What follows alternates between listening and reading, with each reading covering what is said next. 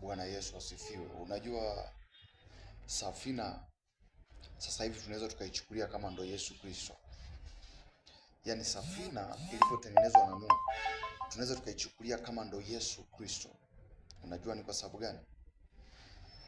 Yesu anasema ukiwa ndani yangu na mimi nikiwa ndani yako.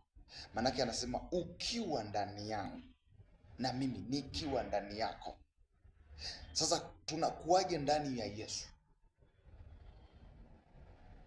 Sasa Yesu akisema tukiwa ndani yake, maanake anamaanisha yeye ni nyumba, lakini sio nyumba tu, anamaanisha ni nyumba pia ina malango. Sasa kama ni hivyo, na ndio maana ninaweza nikamfananisha na safina. Unajua kila kilichoingia katika safina kilikuwa salama, na ndio chanzo cha hivi vitu vilivyoko sasa. Utanielewa? Nisikilize. Safina asili yake ni Kristo. Unajua safina ilivyotokea ilikuwa kama ni ukombozi kwa uzao ulioko sasa. Maana yake kama Nuhu asingetaka kutengeneza safina, sidhani kama sasa hivi wanadamu wangekuwepo, maana ile gharika ingewakuta wote. Lakini pia Mungu asingeamua kumleta Kristo Yesu hapa duniani, sidhani kama na sisi tungekuwepo tumekombolewa. Najua haya katika hizo siku za mwisho, najua matatizo yangetukumba wote. Manake Nuhu ambacho alikitaka alitengeneza.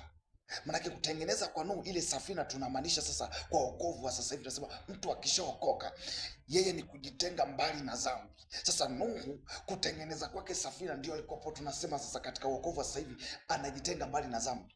Manake sasa kama wewe mtu ambaye umeokoka, unapokuwa unajitenga mbali na dhambi, unatengeneza safina. Mwisho wa siku unaingia katika safina ili gharika lisikupate. Utanielewa? Safina asili yake ni Kristo Yesu. Maanake Yesu ni ukombozi, safina ilikuwa ukombozi. Safina ilikuwa ukombozi, Yesu ni ukombozi. Maanake safina ilisaidia. Okay, tazama hii hapa. Tunapokuwa tunazungumzia Nuhu kuitengeneza safina, tunazungumzia ni ukombozi wa familia ya Nuhu na wanyama. Na hata wewe hapo sasa hivi unanisikiliza, ni chanzo cha kutii kwa Nuhu mpaka wewe umezaliwa. Nuhu angibisha, sasa hivi hakuna ambaye alikuwa amezaliwa. Kwa hiyo una shida zingine tofauti. Bwana asifiwe. Ngoja nikuonyeshe kitu. Unajua kutii kwa Nuhu ndo kunakofanya mpaka sisi sasa hivi tuko hai, na ndo kulikofanya mpaka Yesu Kristo kuja.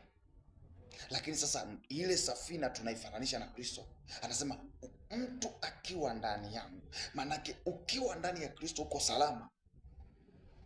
Usalama wa kila mwanadamu ni kumkubali Yesu Kristo. Hiyo ndio njia pekee. Na usiponiamini mimi, sijui utakuja kumwamini nani? Msaada wa pekee kwa mwanadamu ni Yesu Kristo. Maanake ndio safina ya sasa kwa wanadamu, ndio safina ya sasa kwa kila mwanadamu. Sasa kama utataka kuingia kwenye safina utakumbana na gharika. Yes,